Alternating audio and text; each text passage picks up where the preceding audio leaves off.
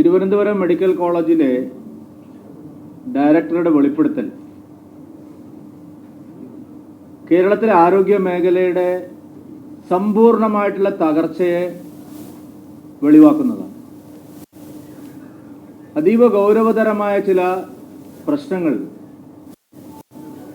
ഈ വെളിപ്പെടുത്തലുമായി ബന്ധപ്പെട്ട് കേരളത്തിലെ ജനങ്ങൾക്കിടയിൽ ഉയർന്നു വന്നിരിക്കുകയാണ്. ആരോഗ്യ മേഖലയിൽ കേരളം നമ്പർ 1 ആണ് എന്നുള്ള പ്രചാരണം വളരെ ബോധപൂർവം ഈ സർക്കാർ വന്ന ഉടനെ തന്നെ ഇവിടെ നടത്തുകയുണ്ടായി. പല കാര്യങ്ങളും പെരുപ്പിച്ച് കാണിച്ച് ലോകത്തിനു മുമ്പിൽ കേരളത്തിലെ ആരോഗ്യരംഗം ഏറ്റവും മെച്ചപ്പെട്ടതാണ്, കുറ്റമറ്റ രീതിയിലാണ് പ്രവർത്തിക്കുന്നത്, അങ്ങനെയുള്ള ബോധപൂർവമായിട്ടുള്ള ഒരു നറേറ്റീവ് ഇവിടെ സൃഷ്ടിക്കപ്പെട്ടു. എന്നാൽ വസ്തുത ഇതിന് തികച്ചും വിപരീത ദിശയിലാണ് സഞ്ചരിക്കുന്നത്. ശരിയാണ്, ഒരു കാലത്ത് കേരളം പല പാശ്ചാത്യ വികസിത രാജ്യങ്ങളോടൊപ്പം കേരളത്തിന്റെ ആരോഗ്യ സൂചിക തല ഉയർത്തി നിന്നിരുന്നു. എന്നാൽ കഴിഞ്ഞ കുറച്ച് വർഷക്കാലത്തെ ഇടത് വലത് മുന്നണികളുടെ ഭരണം മൂലം വളരെ മോശമായ രീതിയിലേക്ക് നമ്മുടെ ആരോഗ്യരംഗം കൂപ്പുകുത്തിയിരിക്കുകയാണ്. നാം നിർമ്മാർജ്ജനം ചെയ്ത പല മാറാരോഗങ്ങളും ഇപ്പോൾ തിരിച്ചു വന്നുകൊണ്ടിരിക്കുകയാണ്. ഗുരുതരമായ ചികിത്സാ പിഴവ് മൂലം കേരളത്തിലെ ആരോഗ്യരംഗത്തിന്റെ വിശ്വാസ്യത തകർന്നിരിക്കുകയാണ്. ആവശ്യത്തിന് മരുന്നില്ലാത്തതിന്റെ പേരിൽ രോഗികൾ കഷ്ടപ്പെടുന്നതിന്റെ നേർചിത്രമാണ് കഴിഞ്ഞ ദിവസങ്ങളിൽ വെളിപ്പെട്ടത്. മരുന്ന് മാത്രമല്ല, ശസ്ത്രക്രിയാ ഉപകരണങ്ങൾ പോലും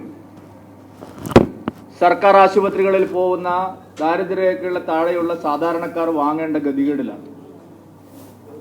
സർക്കാർ മെഡിക്കൽ കോളേജ് മുതൽ പ്രാഥമിക ആരോഗ്യ കേന്ദ്രം വരെ മരുന്നില്ല, ആവശ്യത്തിന് ഡോക്ടർമാരില്ല, നഴ്സുമാരില്ല, ചികിത്സാ സൗകര്യങ്ങളില്ല.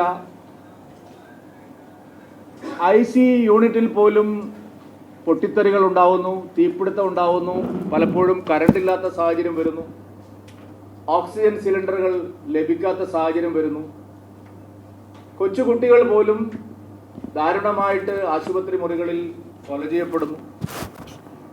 ഇതൊക്കെയാണ് ഇപ്പോഴത്തെ കേരളത്തിന്റെ ആരോഗ്യരംഗത്തെ സവിശേഷതകൾ.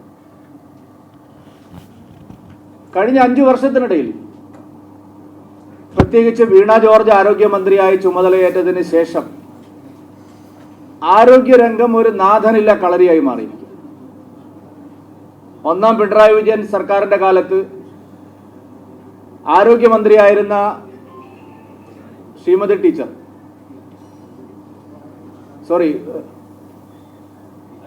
ശൈലജ ടീച്ചർ മാറിപ്പോയി, അവരുടെ ആദ്യത്തെ വാഗ്ദാനങ്ങളിൽ ഒന്ന് തന്നെ സർക്കാർ ഡോക്ടർമാരുടെ പ്രൈവറ്റ് പ്രാക്ടീസ് നിരോധിക്കും എന്നുള്ളത്. ഇന്ന് കേരളത്തിൽ ഒരു മാധ്യമവും ഒരു സാമൂഹ്യ പ്രവർത്തകനും ആ വിഷയം ചർച്ച ചെയ്യുന്നേ ഇല്ല. കേരളത്തിൽ ഏതാണ്ട് 40% സർക്കാർ ഡോക്ടർമാർ ലീവ് എടുത്ത് പ്രൈവറ്റ് പ്രാക്ടീസ് ചെയ്യുന്നു എന്നാണ് പറയുന്നത്. 9.5 വർഷം കഴിഞ്ഞിട്ടും പ്രൈവറ്റ് പ്രാക്ടീസ് ചെയ്യുന്ന സർക്കാർ ഡോക്ടർമാരെ തിരിച്ചെത്തിച്ച് സർക്കാർ സർവീസിൽ ജോലി ചെയ്യിപ്പിക്കാൻ ഈ സർക്കാരിന് കഴിഞ്ഞില്ല എന്നുള്ളതാണ് സത്യം. 2016 അതേ സ്റ്റാറ്റസ് ആണ് സർക്കാർ ഡോക്ടർമാരുടെ പ്രൈവറ്റ് പ്രാക്ടീസിന്റെ കാര്യത്തിൽ ഇപ്പോഴും ഉള്ളത്.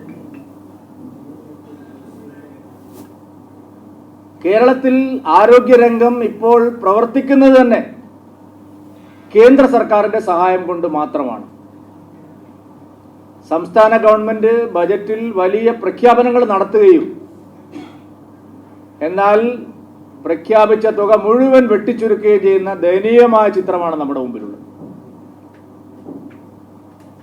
കേരള ഗവൺമെന്റ് എല്ലാ കൊല്ലവും ബജറ്റിൽ വലിയ വലിയ പ്രഖ്യാപനങ്ങൾ നടത്തും.